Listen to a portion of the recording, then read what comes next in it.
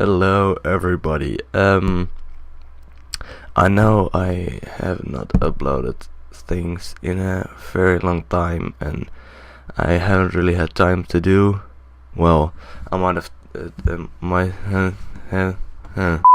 I might have had time to do so, but it just didn't happen. And I recorded this episode longer than a month ago, and it will be up probably 2 months later, knowing how I work. And the sad thing is that this episode isn't very exciting either. It's just a lot of reading, but it's just for me, the reading, just to follow the story, to know what happens. But if you don't like it, just skip the video, but stay tuned for more episodes, because I think that a lot of exciting things will happen in the next one.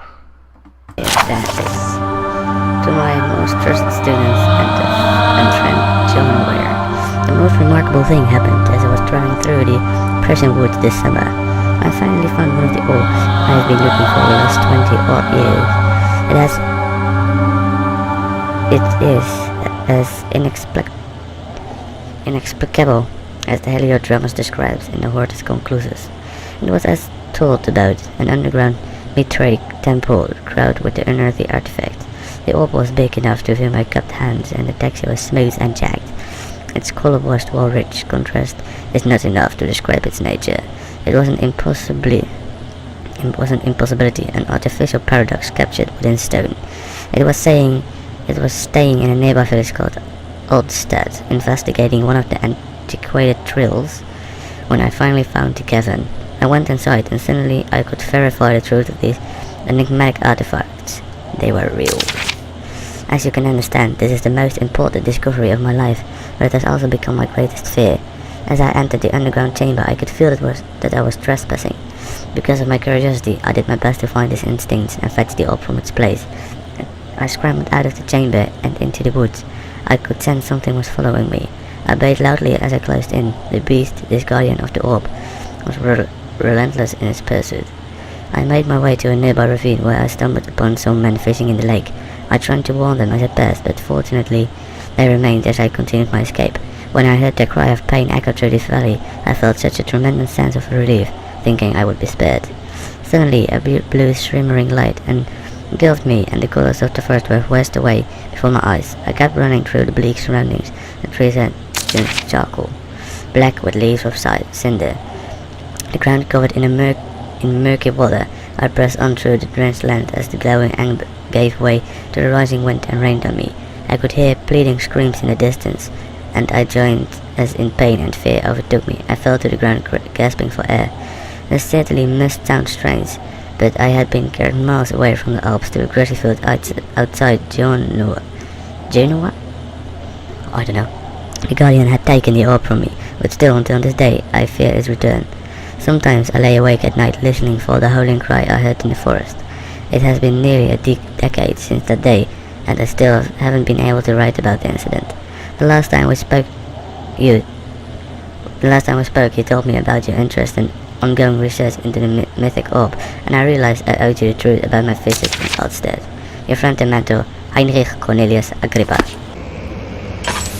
Okay, so someone we know has been attacked or something by a guardian of the orb we are searching for.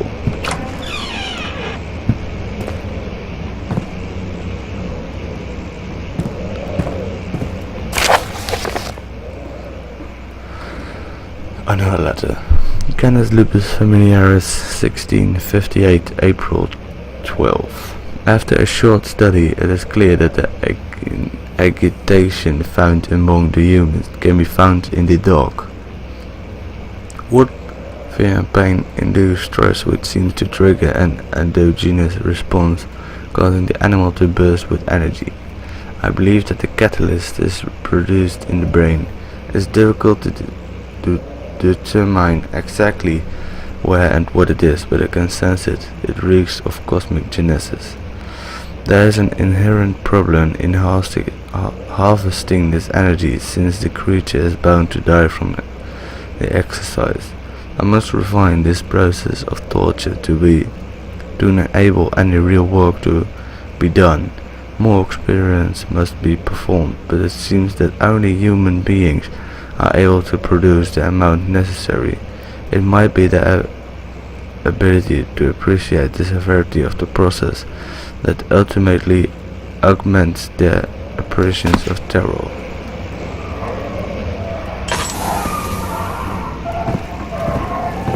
I'm starting to feel like I'm reading a story to a little child, man. Oh shit.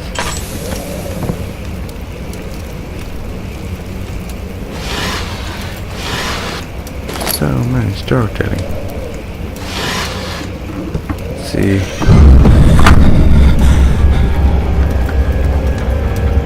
Holy shit.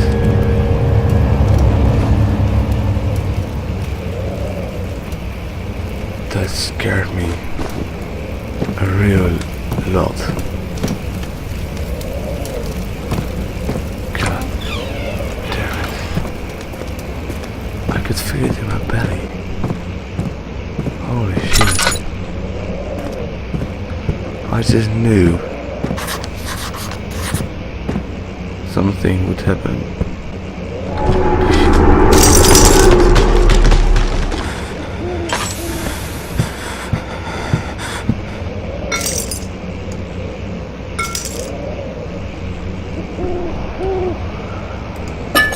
Oh. I've always wanted to do this.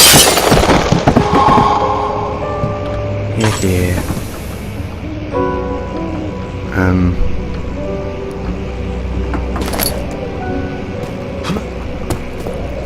So what happens when I jump down there?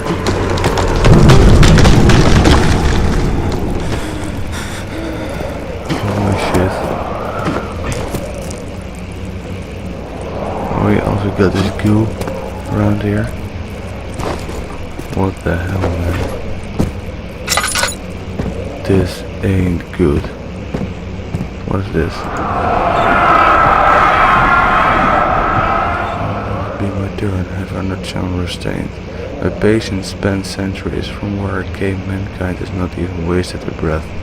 Yet I bow to you. I have done so much for you, and I have gained nothing in return. Agrippa, I trusted you. It was I who in all fairness should have entered the gate. Right.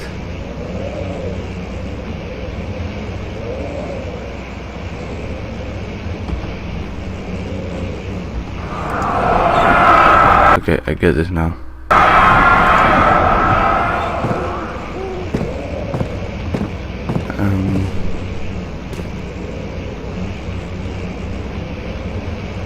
Is there not very much oil? Okay, is there anything I can light here? Yes. Let me just light this one too.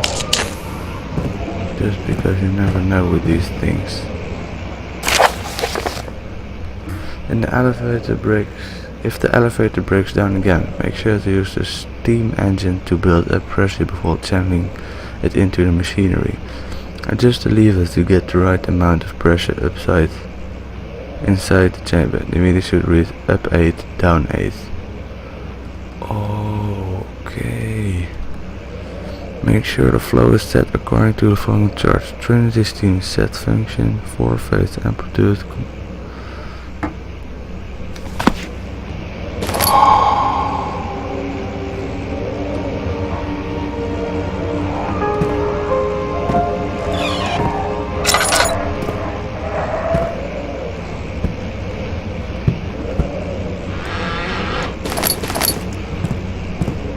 So I'll need to go and find those rods. Are they somewhere in here? Doesn't really look like it because, wait. Part out of wood and a part out of metal. I wonder, are there more? I also think that when I go back there, some things are going to happen. really bad things are going to.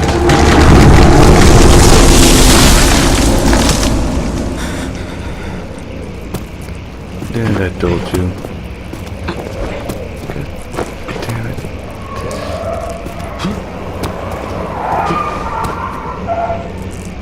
This house is massive.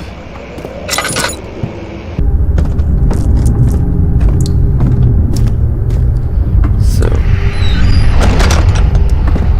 we now know this one, so this one needs to equal 8 in the bottom one. So let's all get him in the middle position. Figure this out. So 3 and 3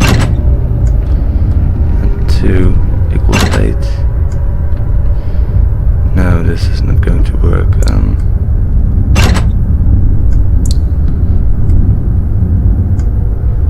Wait, go down.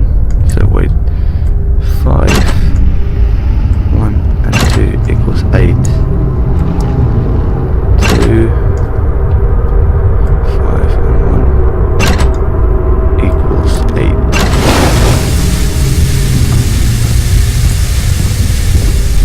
Hell yeah. 17th of July, 1839. How has this escaped me? They're all dead. Limbs scattered, head split down the middle, their skin flayed as if boiled. I feel like I'm falling into myself. What's happening? Sir William Smith, Professor Taylor, now Dr. Tate. Is it following me? How can it not be? It's the damn thing I brought from Africa. Something is after me. I have no choice but to trust the Baron. He better know what he claims. If he is wrong, I suspect he'll regret it as well.